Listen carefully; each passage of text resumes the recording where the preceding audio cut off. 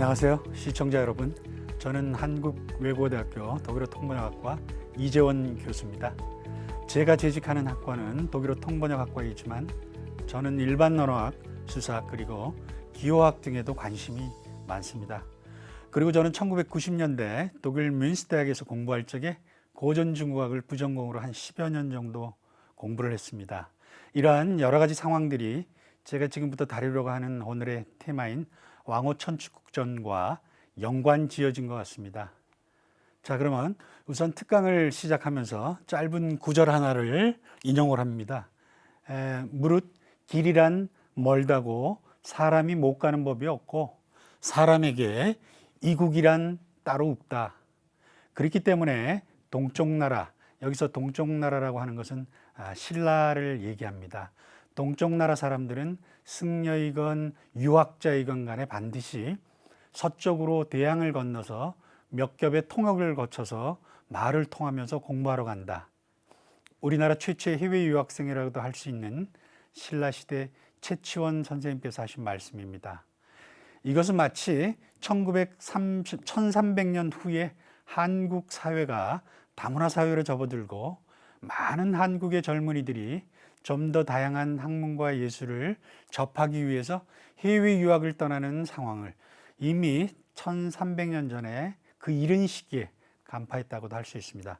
또한 이 인용문은 오늘 우리의 주제인 신라의 고승 희초 스님의 왕호 천축국전에 대한 이야기를 펼쳐내기 위한 하나의 출발점이기도 합니다. 왜냐하면 희초 스님도 약관의 나이에 19, 20살 정도밖에 안 된 어린 나이에 불교를 좀 더 알기 위해서 먼 길을 떠난 셈이니까요.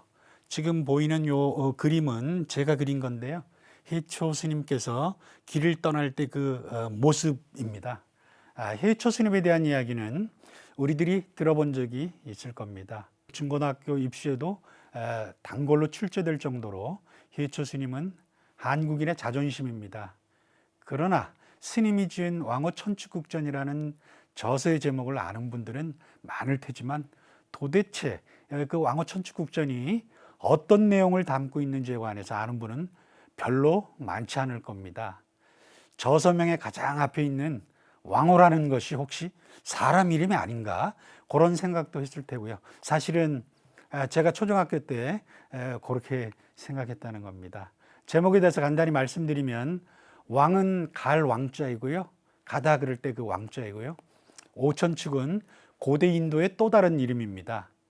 고대 인도에는 동천축, 서천축, 남천축, 북천축국과 중천축국이 있었습니다. 전에 내려온 이야기에 의하면 남천축국은 대에 접해 있고요, 오늘날의 인도양이라고 할 수 있겠죠. 북천축국은 설산 가까이 있었습니다. 지금의 히말라야 산맥, 파미르 고원라고 할 수 있죠. 천축국의 크기가 각각 수천리에 달한다는 그런 기록도 있습니다.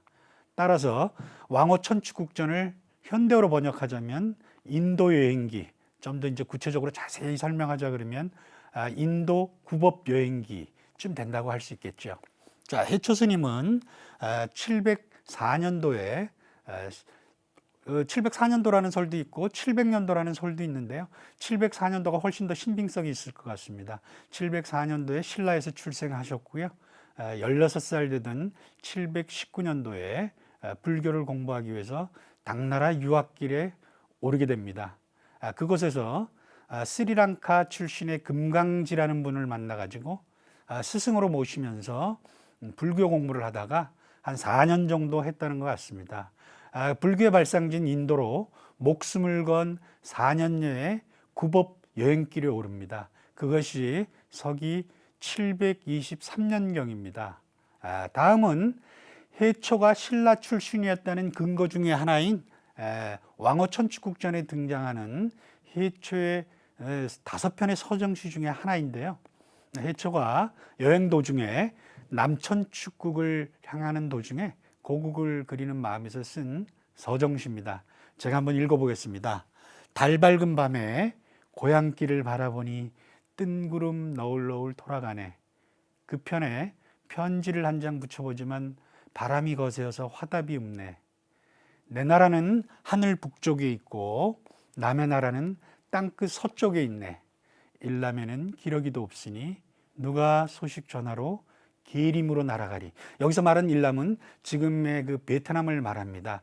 게림은 당연히 이제 신라를 말하게 되겠죠. 그렇지만 원문에는 게림으로 나오지 않고 스풀림, 림자로 나옵니다. 그래서 이 오온절구의 마지막 행에 있는 그 림자가 숲이라는 일반 명사일 가능성이 있다는 논란도 이렇게 있습니다. 예를 들어 오늘 제가 이제 많이 이제 의존을 하게 될 왕어천축국전의 최초 외국어 번역본인 독일어 번역본에 실린 마지막 행 번역문을 직역하게 되면 다음과 같습니다.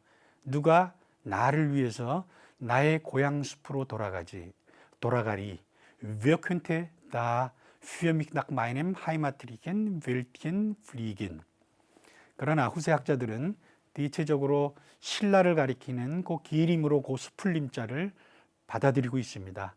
하여튼 요 시에는 20대 초반의 청년 해초 스님의 고향을 그리는 마음이 아주 애틋하게 나타나 있는 것 같습니다.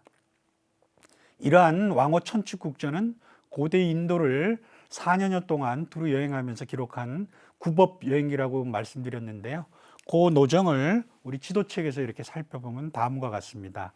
이 지도에서 이 노란색 점은 해상 예상 노정입니다. 기록에 나오지 않는다는 거죠. 예를 들어 스승인 금강지가 스리랑카에서, 여기가 스리랑카죠. 스리랑카에서 이렇게 당나라로 오는 그 역순입니다. 그 다음에 이제 여기 붉은 실선은, 여기 있는 붉은 실선은 육상 예상 노정인데요. 이것도 나타나 있지 않습니다. 왕어천축국전에. 그 다음에 여기 붉은 실선, 이것이 실제적인 노선입니다. 저희들이 지금 보아도 엄청난 여정인데요. 하물며 720년대에 20살의 젊은이가 홀로, 여러 명이 같이 간 것도 아니고요. 홀로 걸어서 이 길을 다 걸었다는 것이, 4년여에 걸쳐서 다 걸었다는 것이 정말 믿겨지지 않습니다. 또한 이 해체 왕어천축국전은 한 권의 두루마리로 된 필사본인데요. 책 이름도 저자 이름도 떨어져 없어진 총 227행의 잔간입니다. 여기서 요게 지금 하나의 행입니다. 요게 다 합쳐서 이제 227행이 되고요. 전체적으로 이 중에 이런 부분은 이제 결락자가 있는 부분이고요. 원래 있었는데 안 보이는 거죠. 소실된 것이죠. 그래서 한 행은 보통 이제 28자 정도로 되어 있다는데요. 그래서 227행 중 결락자가 없는 행은 210행, 따라서 18행은 결락자가 있고요. 그래서 전체를 다 이렇게 치면 총 글자는 5,893자. 그래서 이제 218행 곱하기 평균 28글자, 그러니까 장간의 원래 글자 수는 6,379자가 되겠습니다. 그래서 이제 지금 나타나 있지 않는 글자가 486자입니다. 그래서 지금 보시는 이 사진은 해체 왕어천축국전의 그 원본을 복사한 복사본입니다. 제가 2년 전에 정독도서관에 가가지고 요 사본을 빌려다가 요거를 이제 제가 너무 이게 사본이 길어가지고요, 복도에다 이렇게 깔아놓고 제가 이제 사진으로 찍은 겁니다. 요거는 원본은 파리 국립도서관에 있는데요. 왜 파리 국립도서관에 있는지 저희들 강의를 들어보게 되면 알 수 있을 것 같습니다. 2010년 말부터 대략 한 4개월 정도 동안 세계문명전, 실크로드와 둔황, 해초와 함께하는 서역 여행, 서역 기행이라는 그 테마를 가지고 용산 국립박물관에서 전시회가 열렸는데요. 이때 잠시나마 한국에서 해체 왕어천축국전 원본이 전시된 적이 있었습니다. 자, 여기 이제 왕어천축국전을 보시게 되면 제일 오른쪽에 있는 행, 요게 마치 제목처럼 보이시죠? 그렇지만 사실 제목이 아닙니다. 요 아래에 결락된 부분이 있어서 그렇게 보이는 것입니다. 사실 왕어천축국전은 중국의 변방에 위치한 고대 도시 돈황에서 발견됐는데요. 제목과 저자가 떨어져 나가는 장간본이라고 제가 말씀드렸죠. 그 발견된 시기가 1910년경입니다. 중국의 왕원록 도사에 의해서 발견이 됐는데요. 그 당시 베트남에서 체류하고 있던 프랑스의 동방학자 펠리오에 넘겨졌습니다. 그래서 이제 펠리오가 득달같이 베트남에서 중국의 도낭으로 달려옵니다. 그래서 일주일 동안 장경동 17호 굴에서 발견된 여러 가지 문헌들을 뒤졌다 그러는데요. 펠리오는 이것을 희초의 왕호천축국전이라고 이제 믿는데, 예를 들어 펠리오는 왕호천축국전이 나오고 한 100년 정도 후죠. 9세기 초에 해림의 일체경음이라는 그런 책에 대해서 이미 알고 있었습니다. 그래서 그거를 다 읽고 난 다음에 왕호천축국전이 발견되기 2년 전쯤에 펠리오는 감숙성에서 발견된 중세 한 장서라는 논문을 쓰고 있습니다. 그 논문에서 아래와 같은 사실을 이렇게 언급을 하는데요. 뭐라 그러냐면, 저는 법현의 여행기도 오공의 여행기도 만나지 못했습니다. 그러나 의정의 남해 기내 법전에서 좋은 사본 하나가 동굴에서 나왔습니다. 마침내 뜻하지 않는 일이 일어났으니 그것은 제가 의정과 오공의 중간 시기에 해당하는 새로운 순례자를 만나게 된 겁니다. 이때 말은 이 새로운 순례자는 이제 해초게 되겠죠. 이 저작이 불완전하기는 하나 저는 그 책명과 저자를 결정할 수 있다고 믿습니다. 즉 일체경음이, 해림의 일체경음이 안에는 법현에 불국기에 관한 짧은 주석 바로 옆에 해초 왕호천축국전에 관한 조금 더 긴 주석이 이렇게 실려 있습니다. 저는 해초 책의 주석 어휘를 중에서 두세 개를 기억하고 있었는데, 그것은 크메르, 지금 캄보디아죠. 크메르에 관한 것과 또 하나는 아마 말레이 제국을 지칭하는 골륜이라는 그런 어휘였습니다.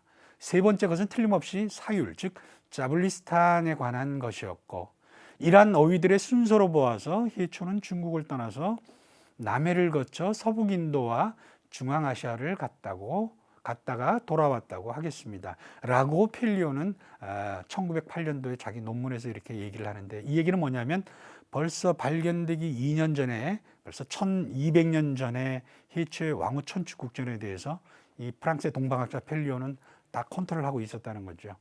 자, 이번 강의에서는 요거는 지금 이제 펠리오가 지금 왕호천축국전 여러 가지 두루마리 문헌 중에서 왕호천축국전을 발견하고 있는 그 모습입니다. 되게 유명한 사진입니다. 둔왕의 막고굴에 가면 조그만 그 박물관이 있는데요. 거기에 나와 있는 그 기록 사진이고요. 제가 요거는 3년 전에 국제학술대회에 참가해서 직접 그 박물관에서 찍은 사진입니다. 자, 그러면 지금 이번 시간에는 해초의 왕호천축국전 전체적인 개요에 대해서 말씀드렸고요. 다음 시간에는 왕호천축국전의 최초 외국어 번역본인 독일어 번역본, 또 다른 말로 해서 발터 푹스본에 대해서 다음 시간에는 말씀드리겠습니다. 감사합니다.